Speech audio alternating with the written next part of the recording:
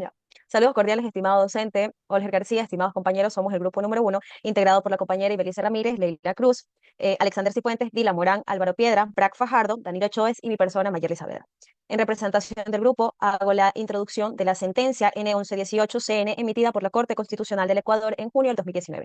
Decisión que constituye un precedente trascendental en la jurisprudencia constitucional ecuatoriana en materia de igualdad y derechos fundamentales. El caso, más que todo, se origina a partir de una consulta de norma planteada por un juez ordinario, quien dentro de un proceso civil de matrimonio entre personas del mismo sexo advirtió una posible contradicción entre las disposiciones del Código Civil, mismas que definían el matrimonio como la unión entre un hombre y una mujer, y la Constitución del 2008 así lo estableció, tal como los instrumentos internacionales de derechos humanos, particularmente de la opinión consultativa OC 24/7 de la Corte Interamericana de Derechos Humanos.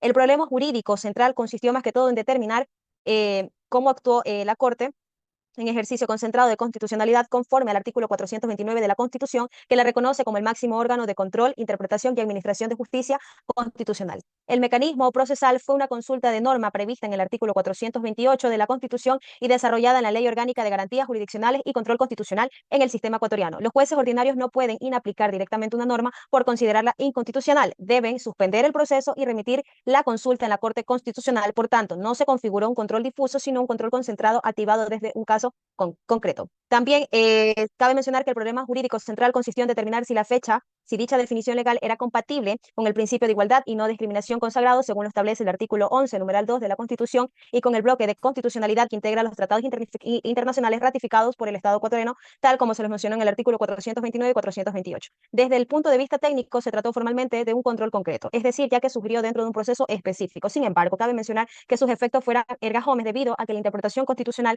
realizada tuvo alcance en general y a su vez modificó la aplicación del régimen jurídico del matrimonio en todo el país. Con ello, me remito a explicar que esta sentencia reafirma la supremacía constitucional, fortalece el principio de igualdad y a su vez consolida el bloque de constitucionalidad como parámetro obligatorio de interpretación en el ordenamiento jurídico ecuatoriano. A continuación, mi compañero. Buenas noches, mi nombre es Danilo Choes. Dentro de la tesis principal para defender, podemos decir que la sentencia 1118-CN demuestra que el Ecuador posee un modelo de control constitucional mixto y cooperativo, con predominio del control concentrado en el que los jueces ordinarios activan el control y la Corte Constitucional del Ecuador adopta la decisión con efectos generales. Para sostener esta tesis tenemos el primer argumento donde la activación desde la jurisdicción ordinaria. ¿Cómo ocurrió esto? Existían casos concretos en que las parejas del mismo sexo solicitaron contraer matrimonio. Los jueces ordinarios que conocían esos casos advirtieron una posible contradicción entre lo que es el artículo 67 de la Constitución, las normas del Código Civil, los estándares fijados por la Corte Interamericana de Derechos Humanos. Ante la duda de constitucionalidad, no resolvieron por sí mismos, sino que elevaron una consulta de norma a la Corte Constitucional del Ecuador. ¿Qué significa esto en el modelo ecuatoriano? Significa que la jurisdicción ordinaria activa lo que es el control, pero no decide la constitucionalidad. La Corte Constitucional ejerce el control concentrado concreto y se evidencia el funcionamiento del modelo mixto de control. Este caso no comenzó en la Corte, sino en procesos civiles concretos, donde los jueces detectaron la incompatibilidad normativa y elevaron consultas. Esto demuestra que el sistema ecuatoriano permite una participación inicial de los jueces ordinarios en el control constitucional. Dentro de la idea para el debate, esto confirma lo que sostiene Patajalo Villalta, donde el control ecuatoriano no es puramente concentrado, sino funcionalmente mixto. A continuación, mi compañero. Saludos compañeros y docente, mi nombre es Alexander Cifuentes y en la decisión tomada en la sentencia número 1118-CN demuestra que en Ecuador funciona un modelo de control concentrado de constitucionalidad, donde la Corte Constitucional es la única autoridad encargada de interpretar de manera definitiva lo que dice la Constitución. Se puede ver que en el caso comenzó ante un juez ordinario, pero este pasó a ser aplicado de forma difusa. En el artículo 428 de la Constitución se suspendió el proceso y esa fue pasada a la consulta. Esto confirma que dentro del sistema ecuatoriano solo la Corte puede resolver conflictos entre una ley y la Constitución o el bloque de constitucionalidad, asegurando que el ordenamiento jurídico mantenga coherencia y unidad. Podemos ver que en la tesis de Gómez Villavicencio se habla sobre el control concentrado que tiene esta. Al emitir una decisión con efectos generales, la Corte convirtió un problema surgido en un caso específico obligatorio para todo el país. Esto permite entender que, aunque el control nace en un caso concreto, la decisión final es propia de un proceso concentrado, lo que evita que existan fallas contradictorias entre jueces y fortalezca la seguridad jurídica y la igualdad ante la ley. Con relación a lo que usted expone, ¿qué piensa usted sobre el matrimonio igualitario? Yo estoy a favor del matrimonio igualitario porque el derecho no debe excluir a nadie. La Constitución del 2008 establece la igualdad y la no discriminación como principios fundamentales. Así que negar este derecho vulnera la dignidad y el desarrollo de las personas. El matrimonio también implica un conjunto de derechos civiles, como seguridad social, herencia y protección, que deben estar disponibles para todas las parejas. La sentencia número 1118-CN fue coherente con la Constitución y representó un avance hacia un Estado que protege a todas las personas y manteniendo la igualdad ante todo caso. Muchas gracias. A continuación, mi compañero. Saludos cordiales, estimados docentes y estimados compañeros. Soy Olis Ramírez y a continuación voy a hablar en relación a la naturaleza híbrida, control y reconfiguración dentro del derecho civil. La sentencia 1118-CN presenta una estructura constitucional compleja porque combina dos dimensiones de control constitucional que normalmente aparecen separadas. En este caso hablamos de la dimensión concreta y la abstracta, puesto que el control concreto es un proceso que nace en situaciones jurídicas reales. Pareja del mismo sexo solicitaron contra el matrimonio y los jueces enfrentaron un conflicto normativo entre el Código Civil y los derechos constitucionales. ¿Qué implicó esto? Implicó que existía un litigio específico, ya habían partes identificables y asimismo el juez debía resolver cada caso de manera individual. En términos teóricos, hablamos que esto corresponde al control concreto, puesto que la cuestión constitucional surge dentro de un proceso judicial ordinario. Asimismo, si hablamos del control abstracto, la Corte no se limitó como debía de resolverse en el caso concreto. En lugar de ello, realizó una interpretación sistemática de toda la Constitución que redefinió el alcance del derecho al matrimonio. Hablamos que en este caso la Corte interpretó el principio de igualdad, de igualdad como mandato de no exclusión. Así también se incorporó lo que fue la jurisprudencia interamericana dentro del bloque de la constitucionalidad. Reinterpretó la institución civil del matrimonio y fijó una regla obligatoria para todos los operadores jurídicos. Hablamos de que ya quedó como un precedente. Aquí el control deja de ser individual y se convierte en normativo, puesto que la Corte no resuelve solo un caso, sino que ya fija un significado constitucional para una institución jurídica. En este caso hablamos del propio control abstracto, ya que el pronunciamiento trasciende el litigio y redefine el orden jurídico general, puesto que podríamos decir que desde mi perspectiva, la sentencia 1118-CN muestra cómo el derecho constitucional ya no puede entenderse como un mecanismo pasivo, sino que revisa normas y si no, se trata más bien de una herramienta activa para garantizar la dignidad humana. Lo que más me llama la atención dentro de lo que es el fallo de la Corte Constitucional del Ecuador no se limitó a resolver el conflicto jurídico puntual, sino que asumió la responsabilidad de interpretar la Constitución como un instrumento vivo, capaz de responder a las transformaciones sociales, puesto que de esto se trata el derecho, que evolucione con las distintas sociedades que vamos a ir tratando pues, a lo largo de nuestra vida.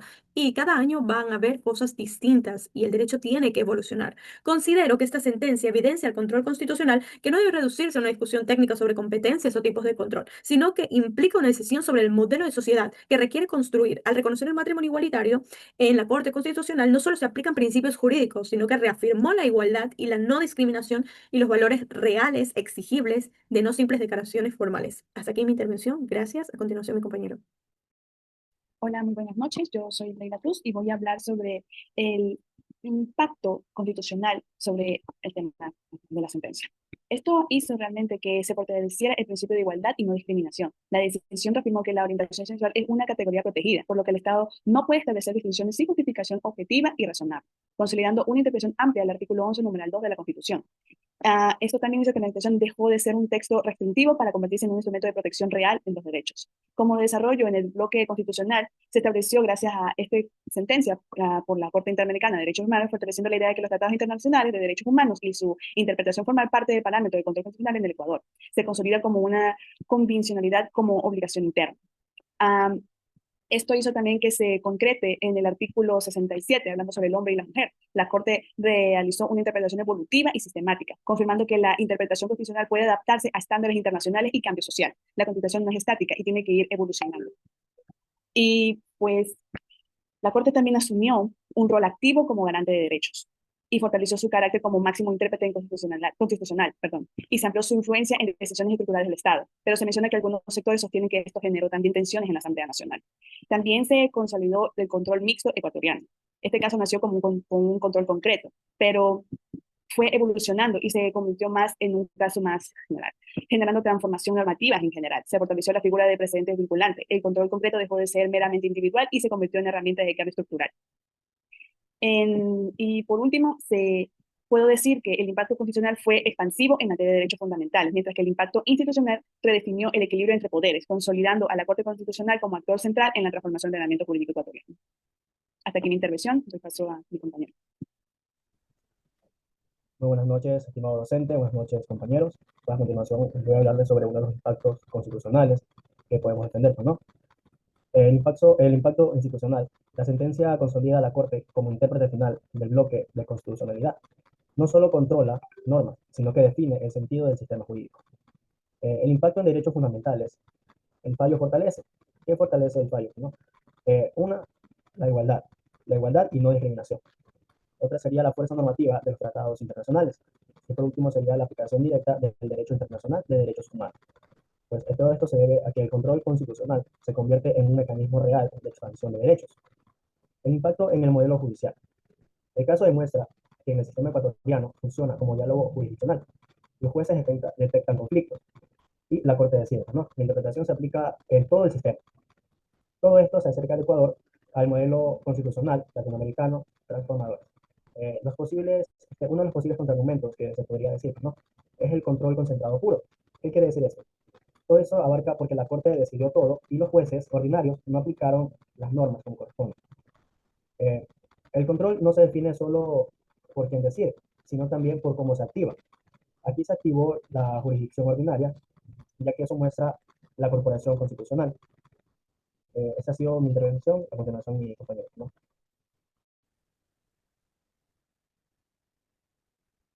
Ahora, compañero, con relación al tema planteado, existen unas interrogantes que me gustaría que fuera consultado, o bueno, respondidas por su parte. Una de ellas es, sin consulta de jueces ordinarios, ¿habría existido esta sentencia? No, no en esta vía procesal. Lo que es la consulta de la constitucionalidad es el puente entre la justicia ordinaria y la justicia constitucional. Es el mecanismo que permite que la Constitución baje a la calle. Sin este impulso de origen jurisdiccional, la Corte no habría tenido la competencia habilitante para pronunciarse, lo que demuestra la importancia de la cooperación interjurisdiccional en la defensa de la supremacía normativa. La sentencia N 1118-CN de la Corte Constitucional del Ecuador nació específicamente de una consulta de norma elevada por jueces ordinarios dentro de casos concretos. Sin esa consulta, la Corte no habría podido pronunciarse en esa modalidad de control concreto, ni no se habría activado ese proceso específico identificado como 11-18-CN. ¿Puede existir supremacía constitucional sin una corte con poder transformador? Muy buenas noches, soy el estudiante Dylan Morán y voy a proceder a contestar esta pregunta. Desde una perspectiva del neoconstitucionalismo, la respuesta sería negativa, porque si la Constitución se concibe no solo como una norma de organización política, sino como un programa de la vida social, la supremacía no es un concepto estático. Argumentando esto, si un órgano de cierre que ejerce un poder transformador, la Constitución corre el riesgo de convertirse en una hoja de papel. La supremacía constitucional requiere de la irradiación de sus valores hacia la realidad social, lo cual solo se lograría mediante una magistratura que se adecue a la legitimidad ordinaria a la justicia constitucional. Perfecto. A su vez, también me permito, y a su persona, ¿no? Preguntar, ¿el control constitucional debe ser solo negativo, es decir, anular las normas, o también debe ser positivo, que a su vez significa expandir los derechos? ¿Qué piensa usted? El control negativo garantiza la coherencia del sistema mediante la expulsión de las normas invalidadas. Sin embargo, el control positivo es imperativo para colmar omisiones normativas que pueden vulnerar los derechos fundamentales. La expansión de los derechos no es una invasión de competencias, sino la garantía de las eficacias sustanciales de las normas supremas. Perfecto. Con ello permito expresar una reflexión final donde existe el diálogo entre el derecho y más que todo la realidad. Planteando esto con relación a la socialización de las preguntas, donde se permite decir que estas interrogantes revelan que el derecho constitucional no es un sistema cerrado de reglas, sino que al contrario es un ecosistema vivo de principios. A su vez, el debate si los jueces crean el derecho o simplemente lo declaran es la frontera final de la teoría jurídica actual, misma que en última instancia la legitimidad de una sentencia no reside solo en su legalidad formal, sino en la capacidad o en su capacidad para armonizar la autoridad del Estado con dignidad del ser humano. A continuación, mi compañero. Hola, soy Gad Fajardo, integrante del Grupo 1, y voy a intervenir en la conclusión de lo que ya mis compañeros anteriormente han participado. Y pues bueno, después de haber analizado lo que es la sentencia 11-18-CN, que trata sobre el matrimonio igualitario, yo creo que lo primero, y nosotros pues como grupo creemos que lo primero que tenemos que entender es que aquí no solo se estaba discutiendo si dos personas del mismo género o del mismo sexo se podían casar o no, sino que en realidad lo que estaba en juego aquí era el modelo de control de constitucionalidad en el Ecuador y el verdadero alcance de la supremacía constitucional. Porque seamos claros, ¿de qué sirve decir que la Constitución es la norma suprema si no existe un órgano que la haga valer frente a leyes que se quedan atrás? Entonces, desde el neoconstitucionalismo, la Constitución no es solo un documento organizativo, sino que es un proyecto de sociedad, ¿sí? Y que para que este proyecto funcione, necesita una corte que no solo anule normas inconstitucionales, sino que también interprete el sistema a la luz de los derechos y de los principios. Entonces, aquí es donde nosotros vemos que el control constitucional ya no es solamente negativo, como decía Kelsen, con la idea del legislador negativo, ¿no? Claro, la Corte puede expulsar normas contrarias a la Constitución, por supuesto, pero en esta sentencia fue más allá, ya que esta pues integró estándares del sistema interamericano y aplicó el principio pro homine, ¿sí? Y realizó un ejercicio de control de convencionalidad. Y eso no es activismo judicial arbitrario, Eso es cumplir con el bloque de constitucionalidad que la propia Constitución ecuatoriana reconoce en los artículos 417 y 426. Entonces, pues cuando alguien dice que la Corte se excedió, la pregunta realmente sería, eh, ¿realmente se excedió o simplemente aplicó de forma coherente el marco constitucional y convencional vigente? Porque si los tratados de derechos humanos forman parte del ordenamiento interno, ignorarlos sí habría sido una omisión grave. Entonces, otro punto clave aquí es el modelo mixto ecuatoriano, que muchas veces se critica porque puede generar demoras, pero en este caso fue fundamental, porque sin la consulta de los jueces ordinarios, probablemente la Corte no habría tenido la competencia habilitante para pronunciarse de la misma manera. Entonces esto demuestra algo importante.